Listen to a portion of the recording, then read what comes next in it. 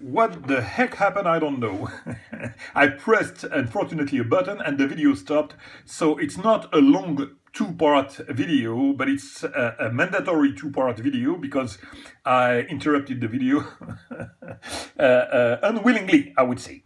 So yeah, I was talking about the versatility of this action. I mean, how many knives can you find that will have, like as I told you, a flipper, the possibility to play with the arc to open it like that, or with the two thumb. I mean, everything is done with one hand and with a versatility that I've never seen on other knives.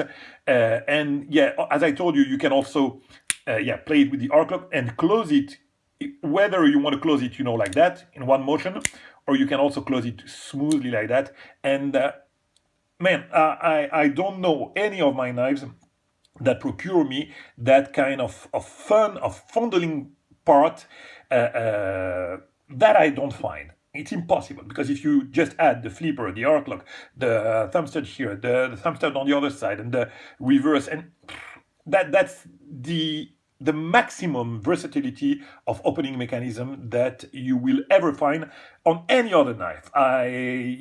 Defy, I defy you to find more versatility than that. It's impossible.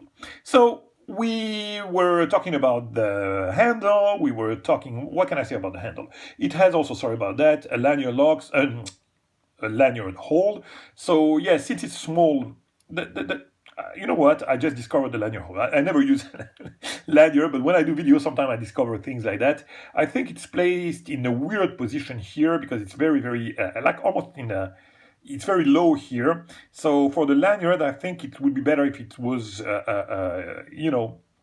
in a lower position, but whatever. I mean, I don't use lanyard. I don't know if it's an issue or not. I don't care. I like the fact that despite this hole, there is no unnecessary hole, like, when you want to reverse clip, for example, usually you put some holes there. There is not here. I mean, there is the fixation, of course, of the clip, but that's it. That's something that I like, not unnecessary holes for tip up or tip down carry. This is a tip up, righty lefty, but you don't have the possibility to put it for like a tip down, and that's fine. I like that. Spyderco puts a lot of holes for more options. I don't like that. I'd rather have, even if it was like tip down carry, I'd rather have a tip down carry and no holes than getting holes all over the place like that on the handle. I like to have a handle that is the more the less drilled, if that makes sense. So now let's talk about the blade. Now look at this blade. As I told you, SOG, for me, they make the most incredible grind in the production knife factory. Look at that. You have here a VG10 blade steel. So basically, when they use VG10, you can expect SOG to make their knives in Japan, and that's going to be their best finish knife. So I'm going to try to focus here because the grind is interesting. You have a dramatic hollow grind on the main bevel. You have a very, very delicate swedge here on the top, which is very, very cool. It's engraved here. Oh, come on. It's engraved, as you can see, VG10, made in Seki City, Japan. Whenever you're going to make a knife in Seki City, Japan, it has a lot of history in knife making. So you can expect knives to be really well done, and they know how to work with their VG10. I mean, that's a local steel, Japanese steel, and I mean, it's very, very simple to resharpen. So I really like that steel. And for a user knife like this one, you want to have a knife that it's easy to resharpen. You will have to resharpen because it's kind of soft steel, so you will have to resharpen quite often. But I think that it's a very nice steel for EDC. For EDC, it's a perfect steel.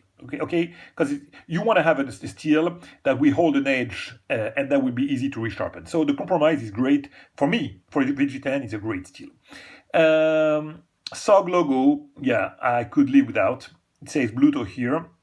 But, it's kind of subtle. You don't really, it doesn't pop. When you see the blade from distance, it blends well with the blade. For once, I don't really care that there are some markings on the blade because it's kind of, look at it. I mean, you almost don't see it from distance. So as I told you, yeah, the grind is very interesting. Look at the recurve that you have. On a small blade like that, you have this really nice recurve. Very, very nicely done. The flat is nice. Of course, it's a machine, of course, but it's nicely done. Look at that. I mean, those cuts, they don't serve any purpose than any other purpose than being, here and being beautiful, providing a kind of a very nice aspect in the design. The jimping, as I told you, is very effective, but you have jimping on the ramp, but also jimping. I mean, if your carry is not really in a front carry position like that, you will have also jimping here on the handle for if you want to, to use the better part of the blade there. You will have some jimping here and here, as I told you. The design couldn't be better. It's absolutely incredible. And man, look at this beautiful little sucker. I mean, I don't see no knife. I mean, to me, it's a timeless knife. Timeless design. They did absolutely a fantastic job. So the problem was that I think that it's so well done that SOG didn't have the choice. I mean, they did it in Japan, they did the VG10, they did the aluminum with this texture and everything. Look at this, the choil that you have here. The finish is about as perfect as it can be. And believe me, you know me now, you know that I had a lot of knives in my hand. And I don't know if I'm trustworthy per se. I mean, because I could be the trendy guy that spend a lot of money on knives, but you know me better than that. You know that. I mean, I've handled a lot of production knives, and I don't know if I'm trustworthy, but I can tell you that much. This knife is one of the knives that, I made already a video about it, and it's the second video, so probably it has to mean something if I do that. And I'm not even... it serves no purpose for me to do that kind of video. This knife probably will have hard time. I haven't checked on the web, but it's pretty much discontinued and very hard to get. So I'm not even sure that you will be able to find one. But if you do, jump on it, because as I told you, it was not their best seller because the format was small and it was expensive. I think it was over $150 when they produce it, but for a lot of time you could find it for like $60, and for $60, believe me, that's the best $60 money can buy. The best $60 invested on a knife is on this one, because it's a knife that served me, that served my daughter, and this will never leave my collection. I mean, what would be the point? I mean, I absolutely adore that knife. So I'm gonna leave it at that. My ramblings were over. You know what? I mean, I would say it's good that the video stopped right in the middle, because it's now 11 plus 17 plus 7, 8 minutes now. So it would have been over the 15 minutes that I absolutely hate to go over. But, let's spend the last minute or couple of minutes to say that for me again, that's the purpose of me doing videos on YouTube at the very first time that I did that was for sharing with you, of course, even if it was like, I've talked about that with my first friends on YouTube, to make a video for, I don't know, 4 or 5 people for me suffice. It doesn't take much of my time. It's my passion, so I can share with you guys. It's a nice way, even if the account was private, it's a nice way to share with some people that I like from the start, and that still honor me by following me, and many others follow them also along the road, and it's humbling, but that was the purpose of the video, sharing and discussing about knives that you can carry, and discuss about mechanics of knives, discuss about a design, about finish, and user knives like this one. So this is something that a lot of people can relate, a knife that a lot of people can relate, some can get, a lot of people can get if it was not discontinued. So yeah, to me, it serves more purpose to make a video like that than any other, because it's not only show off. That's it. So I'm gonna leave it at that. I will be showing off very soon other knife that I will get. I have a Rexford that was my dream knife when Mr. Oromoto, David Lohman, now on YouTube, presented it a couple of years ago.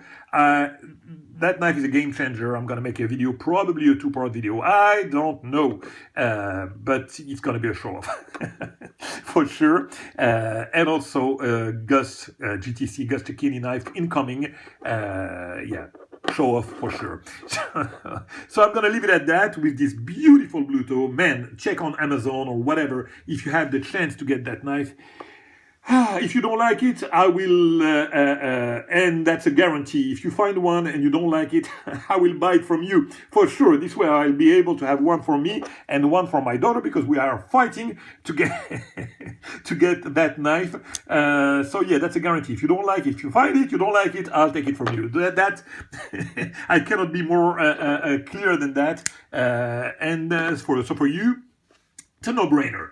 So go ahead, try to find one and get one, and that will. I mean, you cannot be unhappy with a knife like that. So with that being said, my friend, I'll catch you very soon for a more regular video. Bye bye. It was a pleasure.